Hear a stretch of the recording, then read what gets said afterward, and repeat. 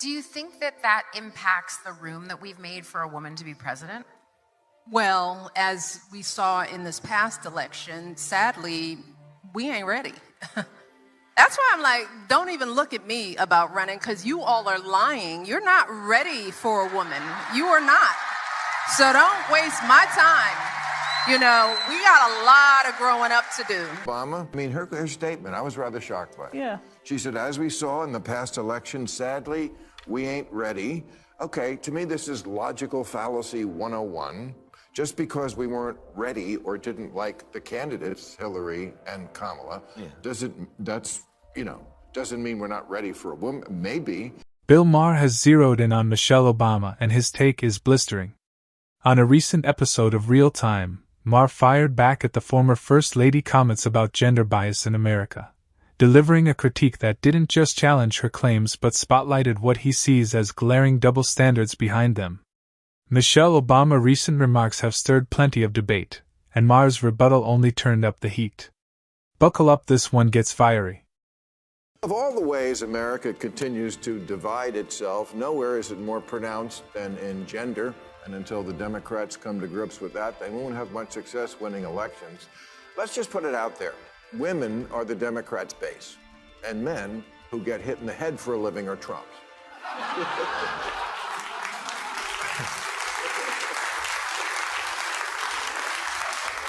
They're the bro party, the party of car shows on the White House lawn and breaking shit and seeing what happens and busting balls and shooting stuff like beer. It's been that way for a long time. The mommy party and the daddy party, the party of hats and the party of truck nuts.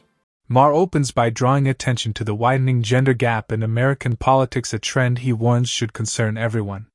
When one gender heavily backs one party and the other leans hard in the opposite direction, he argues that not progress but polarization. And in his view, there's nothing commendable about it. But that isn't even his primary issue. What really sets him off, he says, are the talking points circulating on the political left recently echoed by Michelle Obama claiming that America is inherently biased against electing a woman president. Maher isn't buying it. To him, it's a misleading narrative that not only distorts reality but deepens the divisions already pulling the country apart. So when the clip plays, Maher doesn't hold back. His reaction is blunt, unmistakable, and delivered with a sharp, unapologetic edge. Michelle Obama, I mean, her statement, I was rather shocked by it. Yeah. She said, as we saw in the past election, sadly, we ain't ready. Okay, to me, this is logical fallacy 101. Just because we weren't ready or didn't like the candidates, Hillary and Kamala, doesn't mean we're not ready for a woman. Maybe. That's why I'm like, don't even look at me about running, because you are all lying. You're not ready for a woman. You are not, so don't waste my time. We've got a lot of growing up to do, and there are still, sadly, a lot of men who do not feel like they can be led by a woman. I think it's a bad attitude. I do. I mean, we said we weren't ready for a black president, and someone, I can't remember who, maybe she remembers, said maybe it just has to be the right one. Maher goes after Michelle Obama's argument by highlighting what he sees as major logical flaws that completely weaken her claim. He contends that the fact Hillary Clinton or Kamala Harris didn't win the presidency isn't proof that Americans aren't ready for a woman commander-in-chief. It simply shows that those candidates didn't connect with voters. Maher emphasizes that Americans don't vote based on gender, they vote for candidates who understand their challenges, address their concerns, and offer real solutions. Reducing election results to sexism, he argues, is not only simplistic but dismissive of voters themselves. In Maher's view, people aren't rejecting women, they're rejecting policies, personalities, and messages that fail to resonate. And by insisting otherwise, he says, the left only breeds more resentment, while overlooking what voters are actually trying to communicate. We need to take a moment to talk about Michelle Obama's hair. It was shocking to me. Well, I didn't really have that choice as First Lady. Of course, right? Yeah. Every day, every time I was up, as we called it, I was up for the public. Yes. And the days were long. So, as you mentioned, to save time. Yes. You know, I know having a glam team, a trifecta, it feels like a luxury, but it was a time necessity. Yes. There's absolutely no way that I would be able to do my hair and makeup and have clothes ready that fit, you know, because rare is the woman that can live off the rack. Right? No one can live off the rack. I'm sorry, but you have to subject yourself to the burdens of a hair, makeup, and wardrobe team. By the way, Michelle Obama often presents herself as a symbol of the challenges women face, but critics argue that many of her interviews dwell on personal experiences with public scrutiny, stories they feel sometimes muddy her larger political message. Maher sees this as a puzzling contradiction. On one hand, she asserts that women are fully capable of leading the nation. On the other, she frequently underscores how draining even basic grooming can feel under the spotlight. Maher's point isn't that her stories aren't real, it's that they end up overshadowing the argument she says she wants to make. And when someone using those narratives then lectures the country about being afraid of female leadership, he says it comes across less as empowerment and more as political theater. By the way, how rich have they become since they left office? I mean, this is the deal, Hundreds right? of millions. They serve their country on a not insignificant sum of money. I think it's about $400,000 a year the president gets. And they live in unparalleled luxury the entire time they're in office. And when they leave, they make hundreds of millions, if not billions, of dollars. Has anyone got a tiny violin for me that I can start playing here? Yes. And ridiculous! Not for nothing, but did you see that hideous outfit she was wearing? I'm sorry. That's what having too much money does for you. I've just never met somebody so ungrateful in all my life. And what did she start it off with? People said I was hateful. Because you are. She can't stand America. She definitely can't stand Barack. And I don't think she likes herself very much either. So she's been doing this nonstop tour. And I just think there's a strain. She's woke. He's woke. Yeah. There's a strain in the woke that leads you to be absolutely miserable. Megyn Kelly gets to the core of the issue when explaining why voters didn't rally behind Kamala Harris, and why she believes they wouldn't line up behind Michelle Obama either. In her view, the reason is straightforward: both women represent a hyper-woke political culture that many Americans have grown weary of. Instead of centering their message on the everyday concerns that shape people's lives, the economy, public safety, stability, national strength, Kelly argues they often focus on symbolic fights and side issues that feel disconnected from real-world challenges. She says this repeated pivot toward identity politics doesn't build trust, it pushes voters away. What makes it even more perplexing, Kelly adds, is the tendency to criticize America while simultaneously succeeding within it, a contradiction that many find unconvincing. In her assessment, it isn't sexism that keeps these women from the White House, but their messaging, their priorities, and a perceived disconnect from the realities voters care about. Let me explain something to white people. Our hair comes out of our head naturally in a curly pattern. So when we're straightening it to follow your beauty standards, we are trapped by the straightness. That's why so many of us can't swim and we run away from the water. People won't go to the gym because we're trying to keep our hair straight for y'all. Braids are for y'all so we can work harder and focus on the work. So why do we need an act, an act of law to tell white folks to get out of our hair? I shared this clip because it highlights another major criticism that has made the Michelle Obama brand, as some put it, less appealing to certain Americans, what they see as her persistent focus on racial identity. Critics argue that Michelle Obama often places race at the center of her messaging, sometimes in ways they feel overshadow broader political issues. They say she brings up racial identity so frequently that it can come across as repetitive or overly emphasized. According to these critics, that constant focus doesn't just feel redundant, it also appears to conflict with the liberal ideals she publicly supports. For years, progressives promoted a colorblind approach, insisting that true equality meant moving beyond racial categories. Yet, in their view, Michelle Obama does the opposite by foregrounding race in many of her stories, concerns, and political points. This, they say, is why she labeled woke, because, in their eyes, woke politics doesn't eliminate racial divisions, it fixates on them. Do you think that that impacts the room that we've made for a woman to be president? Well, as we saw in this past election, sadly, we ain't ready. That's why I'm like, don't even look at me about running, because you all are lying. You're not ready for a woman. You are not. So don't waste my time. You know, we got a lot of growing up to do. And there's still, sadly, a lot of men who do not feel like they can be led by a woman, and we saw it.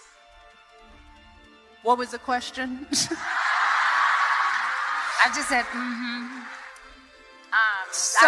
we don't need to ask it again. You answered. So, femininity, wifedom. Yeah. I mean, I think we still have growing to do. Many critics push back hard against Michelle Obama's argument, insisting that the problem isn't that Americans need to grow, but that they expect candidates to meet real-world standards. Voters, they say, don't support someone simply because she's a woman. They support ideas, competence, and policies that actually move the country forward.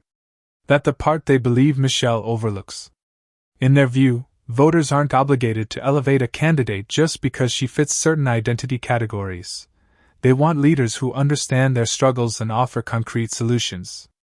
According to these critics, Kamala Harris might have earned far broader support had she focused more consistently on core issues like the economy, public safety, affordability, jobs, and stability. Instead, they argue, she spent years emphasizing ideological talking points that felt detached from everyday concerns. That, they say, is why she failed to win over voters, not because Americans are afraid of female leadership, but because they expect substance. Gender doesn't deliver electoral victories. Effective leadership does. And that, critics argue, is the message Maher hopes Democrats and Michelle Obama will finally understand. Someone must tell the usual suspects on the far left that the saying is, when you're in a hole, stop digging, not keep digging. Talk about doubling down on what got you in the first place. Even the one concession I've heard a few people on the losing side offer, that liberals should stop saying the Trump voters are stupid, comes with a kind of unspoken parentheses. We know they are stupid, just don't say it. Maher argues that comments like Michelle Obama only fuel voter frustration and may even contribute to the party's setbacks. In his view, Democrats keep undermining themselves by clinging to divisive narratives instead of focusing on what voters genuinely care about. Rather than taking their losses as a signal to reassess and adjust, he believes party leaders seem intent on repeating the same missteps, and Michelle Obama doubling down on this rhetoric is, to him, a prime example. He sees her remarks not as a moment of honesty, but as a symbol of the party's refusal to learn anything from defeat. Instead of prioritizing issues like the economy, border security, affordability, and other concerns that affect everyday families, Maher says Democrats continue leaning heavily on identity-driven messaging that turns people away. In his view, the party will keep losing as long as it remains fixated on those narratives, and Michelle Obama comments only deepen the problem. You wear Queers for Palestine t-shirts and masks 2 years after the pandemic ended. And you can't define woman, person who menstruates. You're the teachers' union education party, and you've turned schools and colleges into a joke. You just lost a crazy contest to an actual crazy person. Maher lays out his view on why Kamala Harris struggled politically, arguing that her problems stemmed far more from her messaging than from her gender. In his assessment, America didn't reject Harris because she's a woman, it rejected her because of her politics. He contends that voters had grown exhausted with what they saw as the DNC's increasingly woke agenda, an agenda critics felt was drifting further and further from mainstream concerns. From the party positions on international conflicts, where critics claim Democrats sometimes appear to side with radicals rather than victims to what they see as persistent pandering and identity-driven messaging, Maher argues the party alienated large portions of the electorate. He also points to cultural policies promoted by the left that many Americans view as intrusive or extreme, particularly those involving children and aggressively progressive social issues. In Maher's view, Voters weren't confused or acting out of bias, they simply didn't want another 4 years of what they saw as ideological experimentation. Their rejection, he argues, wasn't about sexism at all, but about priorities, values, and trust. You love to speak truth to power, and we always should, but you have completely lost the ability to speak truth to bullshit. The Democratic polling firm Blueprint told Democrats months ago that black voters, aka their supposedly liberal base, were more likely to find the president too liberal than too conservative. They also found that voters didn't just want Harris to distance herself from Biden, they wanted her to distance herself from what they believe the entire Democratic Party has become, a Portlandia sketch. Exactly. Some commentators argue that even parts of the Democratic base, including many black voters, have voiced growing frustration with what they see as the party's shift toward overly ideological messaging. Yes, these voters have historically turned out in large numbers for Democrats, but that doesn't necessarily mean they believe the party still reflects their values. Many feel that the party once focused on economic mobility, community safety, and practical progress has transformed into one preoccupied with symbolism, social lectures, and cultural battles on the margins, and that frustration is only intensifying. So when Michelle Obama suggests that Americans aren't voting for women because of gender bias, critics say she misses the real point. Voters aren't rejecting candidates because they're female. They're rejecting candidates whose policies feel disconnected from their day-to-day lives. It's not about identity or surface-level narratives, it's about the bread-and-butter issues that shape people's realities. In the end, these commentators argue, Americans, including black Americans, want leadership, not ideology. The debate isn't about gender, it's about substance. To them, Michelle Obama remarks, combined with what they see as the DNC increasingly woke agenda, highlight a widening disconnect between party leadership and everyday voters. People care about policies that improve their lives, not identity politics or symbolic gestures. And until leaders refocus on real issues, critics say the party will continue to lose trust and support, regardless of who's running. And that brings us to the end of today's video. If you enjoyed it, be sure to hit the like button and subscribe for more content like this. Thanks for watching, see you in the next one.